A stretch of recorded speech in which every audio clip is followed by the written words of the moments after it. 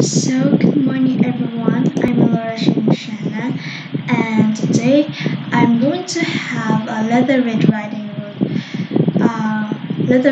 Hood review. So, this is the story of Leather Red Riding Hood, and this Little Red Riding Hood is the story of the Little Red Riding Hood by those daring Grimm brothers that has a beautiful illustrated by Christopher Bing, whose youngest daughter modeled for Leather Red. So here it is.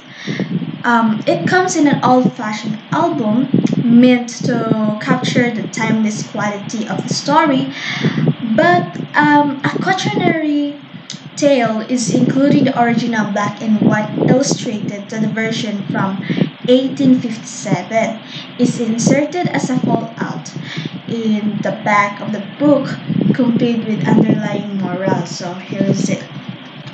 Here is the moral of the book. So next question. What is in the book? So in the book, from this title, Little Red Riding Hood is in a European fairy tale about a young girl and the big bad wolf. Its origins can be traced back to the 10th century to severe European folk tales, that including one from Italy called the False Grandmother. So the two best-known versions were written by Charles Perrault and the Brothers Grimm, and the story has been changed considerably in various retellings and subjected to numerous modern adaptations and readings. So, other names of the story of the Little Red Riding Hood is a Little Red Cap or simply Red Riding Hood. So, the story revolves around a girl called Little Red Riding Hood. So, in Ferret's version of the tale, the Shayne is after her red hood, cape, or cloak that she wears. So the girl walks through the woods to deliver food to her sickly grandmother. In Grimm version, or the Brother Grimm version, is that her mother had ordered her to stay strictly on the path. So, in this character, a big bad wolf was to eat the girl and the food basket. So, he secretly stalks her behind the trees, bushes, shrubs, and patches of little and tall grass. He approaches Little Red Riding Hood, who naively tells him where she is going. He suggests that girl pick some flowers as a present for her grandmother, which she does. In the meantime, he goes to the grandmother's house and gains entry by pretending to be her. He swallows the grandmother whole, but in some story it said he locks her in the closet and waits for the girl disguised as a grandmother. When the girl arrives, she noticed that her grandmother looks very strange. Little Red then so the Little Red exclaimed that what a deep voice you have, and and then the wolf says the wolf says that you the better to greet with you, and then the little Rusiana always exclaim. She always curious what happened to her grandmother because her grandmother looks very strange. And then after that, um, the Red Rider said, "What a big mouth you have!" And then the big wolf said, "The better to eat with you."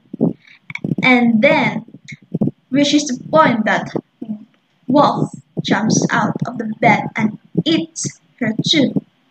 And then he falls asleep. But in the Charles Perrault's version of the story, actually this is the first version to be published, this is this Charles Perrault's version of the story was a tale that ends here was. However, in later versions, the story continues generally as follows. So, a woodcutter in the French version, but a hunter in the Brothers Grimm and the additional German versions comes to the rescue with an axe and cuts open the sleeping wolf. So Little Red Riding Hood and her grandmother emerge shaky but unharmed. Then they fill the wolf's body with heavy stones. The wolf awakes and then attempts to flee, but the stone causes him to collapse and die. So from the version of the Grimms, the wolf. This is a book of the. This is the version of Brothers Grimm's, guys, kids. This is the versions of Grimm's. So the end of the story is the wolf leaves the house and tries to drink out of well. Tries to drink out of a well, but the stones in his stomach cause him to fall in and down and drown. To sanitize version of the story, have the grandmother locked in the closet instead of being eaten, and somehow Little Red Riding Hood saved by the lumberjack as the wolf advances on her rather than after she gets eaten, where the woodcutter kills the wolf with his axe. So, the tale makes the clearest contrast between the safe world of the village and the dangers of the forest. Conventionally antagonist that are essential in medieval, though no written versions are as old as that. It also warns about the dangers of not obeying one's mother. So that is in the book of about the Little Red Riding Hood. So next question.